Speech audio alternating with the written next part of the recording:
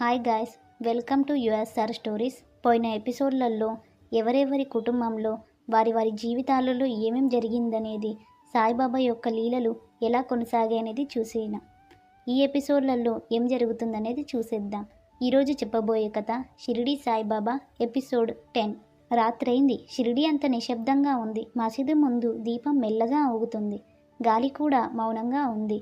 అకస్మాత్తుగా అయ్యో బాబా అని ఒక ఆడవారి అరుపు వినిపించింది. ఆ శబ్దంలో గ్రామం ఒక్కసారిగా ఉలిక్కి పడుతుంది. అది నారాయణయ్య ఇంటి ముందు. అతని భార్య రాధ నేల మీద కూర్చొని తల పట్టుకొని ఏడుస్తూ ఉంది. ఇంట్లో ఉన్నవాళ్ళు గబగబా బయటకు వస్తారు. ఏమైంది రాధా, ఏం జరుగుతుంది అని. రాధ వణికిన గొంతుతో చెప్తుంది, నా కొడుకు కనిపించట్లేదు అని. ఆ మాటతో గ్రామస్తులందరికీ గుండె ఒక్కసారిగా ఆగినట్టు అవుతుంది. నారాయణయ్య పరిగెత్తుకుంటూ వస్తాడు. ఎక్కడికి పోయాడు, ఎప్పుడు చూశావు చివరిసారిగా అని రాధని అడుగుతాడు. రాధ ఏడుస్తూ చెప్పింది, బాబా దగ్గరకు వెళ్తున్నానన్నాడు, మళ్ళీ రాలేదు అని అంటుంది.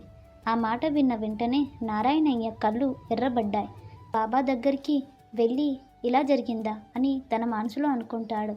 అతని మాటల్లో నమ్మకం కాదు, అతనిలో అనుమానం ఉంది. అంతా మసీద్ దగ్గరికి చేరుతారు. చీకటి కావస్తుంది. దీపం మసకగా వెలుగుతూ ఉంది. బాబా మౌనంగా కూర్చొని ఉంటాడు. నారాయణయ్య ఒక్కసారిగా ముందుకు వచ్చి భయంతో కోపంతో అంటాడు, బాబా, నా కొడుకు ఎక్కడ? నీ దగ్గరికి వచ్చాడంటే నీ బాధ్యత కాదా అని అంటాడు. అది విన్న వెంటనే అందరూ షాక్ అవుతారు. ఎవ్వరూ అలా బాబాతో ఎప్పుడు మాట్లాడలేదు. అందరూ అలా షాక్ అయి చూస్తూ ఉన్నారు. బాబా మాత్రం ఏమీ మాట్లాడడు. నారాయణయ్య గట్టిగా అరుస్తాడు, నిన్ను దేవుడని నమ్మాం, కానీ నువ్వు కూడా మామూలు మనిషివేనా అని అన్నాడు. ఆ మాటలు గాలిలో గట్టిగా మోగుతున్నాయి. గ్రామస్తులు భయంతో ఒకరినొకరు చూస్తున్నారు. రాధ ఏడుస్తూ కూలిపోతుంది. బాబా నెమ్మదిగా కళ్ళెత్తి చూశాడు.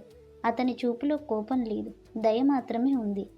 అయినా ఆయన ఒక్క మాట కూడా చెప్పడం, అది నారాయణయ్యకు మరింత కోపాన్ని ఇస్తుంది. నువ్వు మాట్లాడకపోతే నా కొడుకుని తిరిగి వస్తాడా లేదా అని అంటాడు. అతను బాబా వైపు ఒక అడుగు వేస్తాడు. అంతలో గ్రామస్తులు అతన్ని ఆపుతారు. అప్పుడే దూరంగా ఒక చిన్న స్వరం వినిపిస్తుంది, అమ్మా అంటూ. అది పిల్లవాడి గొంతు. మసీదు ముందు అందరూ కళ్ళు ఒకే దిశగా నిలిచాయి. చీకట్లో నుంచి ఒక చిన్న ఆకారం నెమ్మదిగా బయటకు వచ్చింది. అమ్మా అని అనుకుంటూ ఆ గొంతు వినిపించింది. అది నారాయణయ్య కొడుకే. అతని బట్టలు మురికిగా ఉన్నాయి, కళ్ళల్లో భయం, కానీ బ్రతుకున్నాడు. రాధ ఒక్కసారిగా పరిగెత్తి తన బిడ్డను గట్టిగా హత్తుకుంటుంది. బాబు, నువ్వు ఎక్కడికి వెళ్ళావురా అని అంటుంది.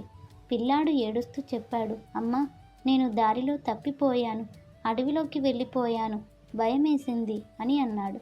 గ్రామస్తులందరూ ఊపిరి పీల్చుకుంటారు. కానీ నారాయణయ్య మాత్రం తల వంచుకొని నిలబడి ఉంటాడు. నారాయణయ్య నెమ్మదిగా బాబా దగ్గరకు వస్తాడు. అతని కళ్ళు నిండిపోయాయి. బాబా, నేను నీ మీద అనుమానం పెట్టాను. నా కోపంలో నీపై మాటలు అన్నాను. నన్ను క్షమించు బాబా అని అంటాడు. గ్రామం మొత్తం మౌనంగా ఉంటుంది. బాబా మెల్లగా లేచి నారాయణయ్య ముందుకు వస్తాడు. చేతిని తలపై ఉంచి నెమ్మదిగా అంటాడు, నువ్వు తప్పు చెయ్యలేదు. నువ్వు తండ్రివి, నీ భయం సహజం అని అంటాడు. అందరూ ఆశ్చర్యపోతారు. బాబా కొనసాగిస్తాడు, నమ్మకం అంటే ఎప్పుడూ బలంగా ఉండడం కాదు.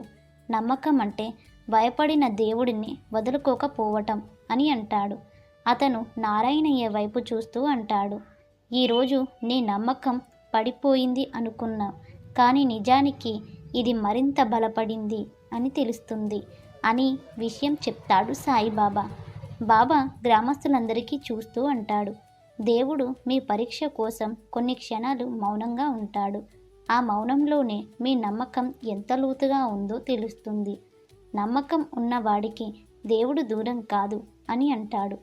బాబా మళ్ళీ మౌనంగా కూర్చుంటాడు. ఒక్కొక్కరి జీవితంలో ఒక్కొక్కరి కథలు, సాయిబాబా లీలలు ఈ విధంగా కొనసాగుతూ ఉంటాయి.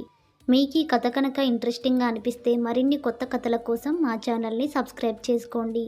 వీడియో ఎలా ఉందనేది కామెంట్ బాక్స్లో కామెంట్ చేయండి. మీరు సాయిబాబాని నమ్మితే ఓం సాయిరామ్ అని కామెంట్ చేయండి.